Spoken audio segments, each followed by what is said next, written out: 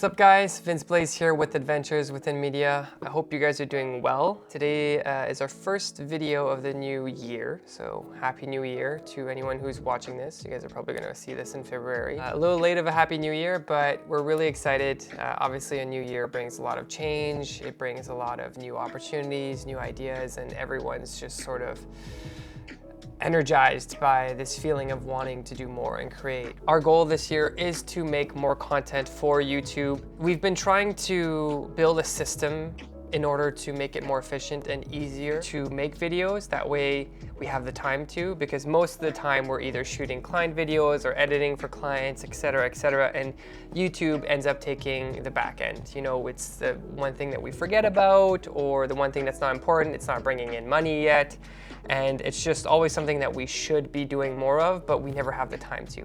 And so today I've compiled 5 tips that I think will help you guys make more videos more consistently, make it easier for you guys to make more videos, and in the end will also help us make more videos. Starting off with number 1, which I think has been the biggest workflow improvement that we've had in order to help us make videos for our clients particularly, but will also help us make more videos for YouTube, is making templates. Most of our projects, when you start a new video, you know you're gonna have to create a lot of folders. You're gonna have to create some sequences.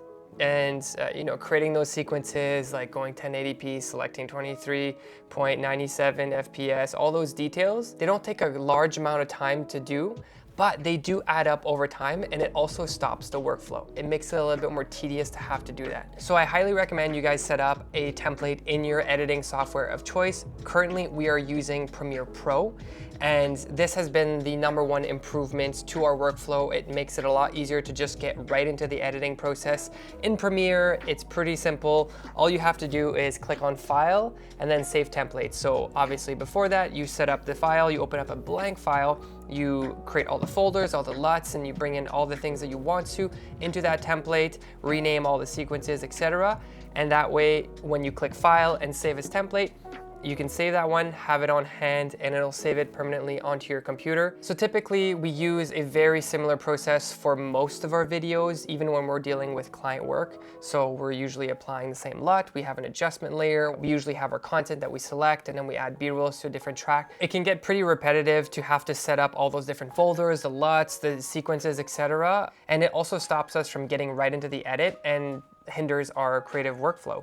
So basically you can avoid all those just by one click by saving that, so you can prepare it ahead of time. That way you can get right into your edits. So if you find yourself doing a series of tasks or things in order to set up your Premiere file at the very beginning of every single video, then I highly recommend you guys look into building your own templates. This will save you an insane amount of time. Now, the second tip kind of builds off the first one, and it's to build a library of music. One of the things that really hinders our workflow is looking for music. And so typically we have everything ready. You know, you just set up your template, you've got all your assets, you're ready to go, and you bring in your footage, you start cutting, and all of a sudden you think, wow, I need a song. You then leave, exit Premiere Pro, then you open up an internet and you start looking through whatever you use, Epidemic Sounds or MusicBed. We personally use Soundstripe right now. And then you're scouring, you're going through there, you find something that's inspirational or not, and all of a sudden you get a notification on your phone and you're already distracted. Having to leave Premiere while you're editing is going to reduce your focus, and it also slows down your motivation and your creative process when you're editing. So once you're in that state of flow, you really don't want any reason to have to break it. So creating a music library you can easily access is going to save you an immense amount of time. Now, obviously, when it comes to clients, you don't want to be reusing the same music all the time. But for us this year, we're focusing a little bit more on creating more videos for YouTube, reusing some of the same songs or having similar songs. Either you start off a video with a song and then you use it later on in another video towards the end isn't going to make or break a video, and it's going to make it a lot easier and streamline the whole process without reducing the quality of the videos you're making. And reusing the same music sometimes can also create a little bit of a brand or a story or a theme to your videos. So if you find a song or a few songs that you really like, why not put them into a folder, reuse them a handful of times for a few videos, but that can really streamline your process and make it a lot easier when you're making decisions to have to avoid overthinking the music and the selection of music that you're using in your videos. Now, the third tip that I have for you builds also again on the template, on the music library. It's building a B-roll library. This is something that we haven't done at all this year. We typically have to shoot a lot of our B-roll because it's review relevant, it's relevance to the actual product that we're talking about or the vlog that we're doing. But there are certain areas, for example, when we're creating social media content, when you want to be making reels for social media, usually you're going to be reusing some of the same content, and I know it's not as fulfilling as an artist to reuse some of the same content. You want everything new, but most of the people who are consuming online aren't necessarily looking at every single one of your videos and going, oh my god, I recognize that clip from 3 weeks ago when he posted a reel.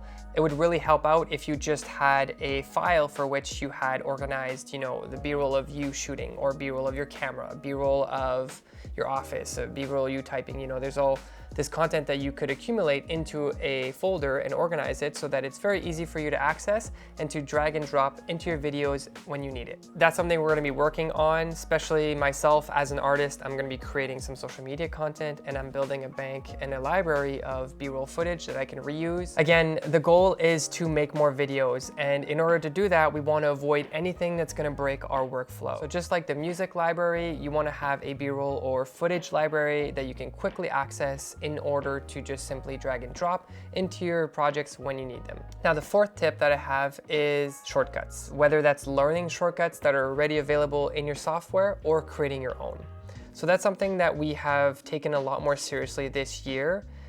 Both Tori and I have, you know, adapted our own shortcuts. We created them, we adjusted them to where our fingers fit best, and we've been able to cut through footage much faster. We don't have to use the mouse. We can basically just cut through B-roll and content, any interview very quickly. Honestly, it's probably one of the biggest game changers in terms of speeding up the editing process that we've implemented in the last probably 5 years, 6 years. I would say some videos will take me less than half the amount of time to edit, just thanks to having shortcuts available.